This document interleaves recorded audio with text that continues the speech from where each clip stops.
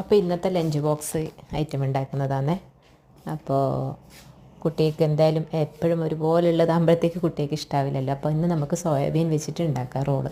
ചപ്പാത്തി role തന്നെയാണ്, പക്ഷെ നമുക്കത് ഫില്ലിംഗ് ആയിട്ട് സോയാബീൻ ഉണ്ടാക്കാം. അപ്പോൾ സോയാബീൻ നമ്മൾ നോർമലായിട്ട് തന്നെ നമ്മുടെ മഞ്ഞൾ, കുറച്ച് മുളക് പൊടിയും ഉപ്പും ചേർത്തിട്ട് ഒന്ന് മിക്സ് ചെയ്ത് വെക്കുക കുറച്ച് സമയം. എന്നിട്ട് നമുക്കൊന്നത് ഫ്രൈ ചെയ്തെടുക്കാം.